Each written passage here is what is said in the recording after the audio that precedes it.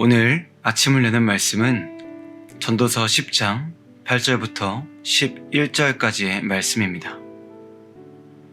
함정을 파는 자는 거기에 빠질 것이요 담을 허는 자는 뱀에게 물리리라. 돌들을 떠내는 자는 그로 말미암아 상할 것이요 나무들을 쪼개는 자는 그로 말미암아 위험을 당하리라. 철 연장이 무디어졌는데도 나를 갈지 아니하면 힘이 더 드느니라. 오직 지혜는 성공하기에 유익하니라. 주술을 베풀기 전에 뱀에게 물렸으면 술객은 소용이 없느니라. 전도서 10장은 여러 가지 격언들을 모아놓은 것입니다. 오늘도 전도자의 지혜를 살펴보면서 우리 삶에 지혜로운 결단들을 해나가기를 원합니다. 하나님께서 말씀을 듣고 지혜를 사모하는 자에게 함께 하실 것입니다. 8절부터 11절까지는 여러 가지 이야기가 나옵니다. 함정을 파는 자, 담을 허무는 자, 돌을 뜨는 자, 나무를 쪼개는 자, 주술을 하는 마술사 등등 여러 가지 사례가 나오고 있습니다. 8절부터 11절까지의 말씀은 같은 문장 구조와 형식을 가지고 있습니다.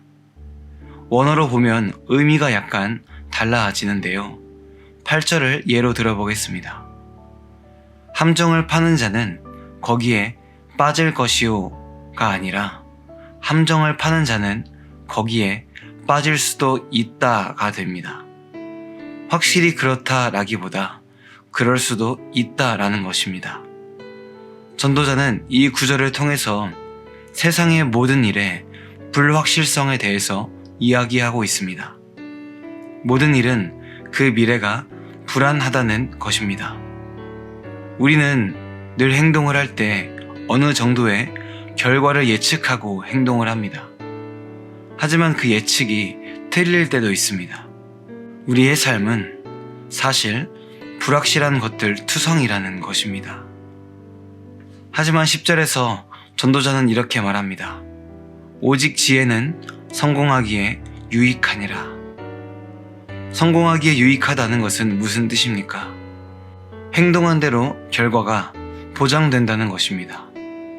세상의 모든 일들은 불확실한 것들 투성이지만 지혜는 확실하다는 것입니다.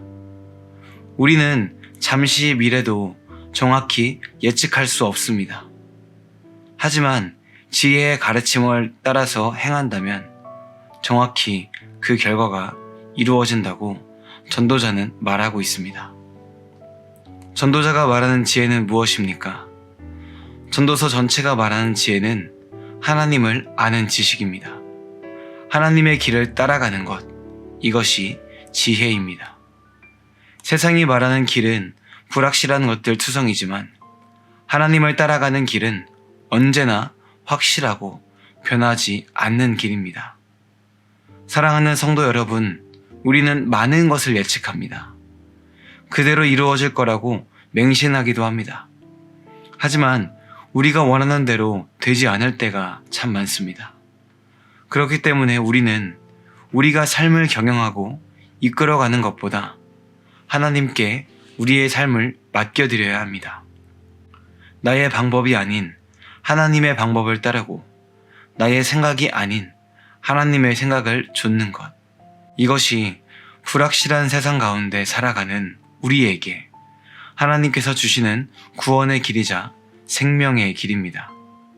사랑하는 성도 여러분, 우리가 지혜 안에서 성공하기를 원합니다.